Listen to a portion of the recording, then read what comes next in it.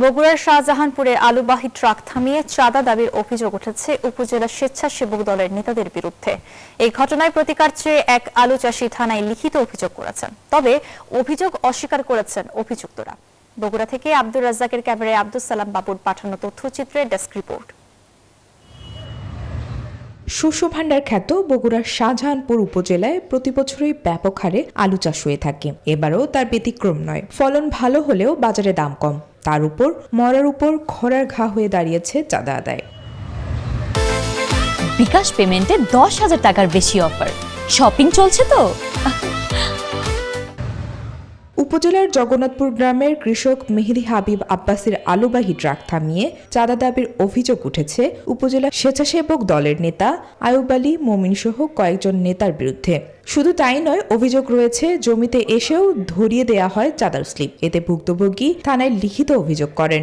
মমিন, আয়ুব, তারপর শহীদ, এরা মিলে সব বিএনপির ছেলেপেলেরা এটা করতেছিল। আলুর খরচ বেশি, তার মধ্যে বাজার মূল্য কম। আমরা স্টোরে নিয়ে যেতে চাই আলুটা সংরক্ষণের জন্য। সেটা যখন আমি রাস্তা পার করে মেইন রাস্তায় উঠি, তখন তারা আমাদেরকে খাজনার জন্য আসে। এদিকে চাষিরাও জানান, জমি থেকে আলু হিমাগারে অথবা হাটে বাজারে নেয়ার পথে বস্তা প্রতি তাদের চাঁদা গুনতে হয় 10 থেকে 20 টাকা। বাজারে আমাকে চাঁদা লাই বস্তা প্রতি 10 টাকা 20 টাকা। মানে জমিতে আসে ঘাটার ধরে অন হাটের দিনে রাস্তা দিয়ে গেলে খাজনা দেওয়া লাগবে। এটা স্লিপ ধরে দিল, কি ভাই করছে যে টাকা দিতে হবে, কত বস্তাকে 10 টাকা। এটা আসলে আমরা চাই আর প্রতিকার, আমরা চাই যে এরকম চাঁদাবাজি যেন না হয়। তবে অভিযোগ অস্বীকার করে স্বেচ্ছাসেবক দলের এই নেতা জানালেন তিনি রাজনৈতিক প্রতিহিংসার শিকার। আসলে এরা ভিত্তিহীন, এরা জামাত শিবিরের সাথে সংযুক্ত। এরা ফ্যাক আইডি খুলে বিএনপির প্রতিপক্ষ হিসেবে লেগে ক্ষতি করার জন্য তারা এর পায়তারা সৃষ্টি করতেছে।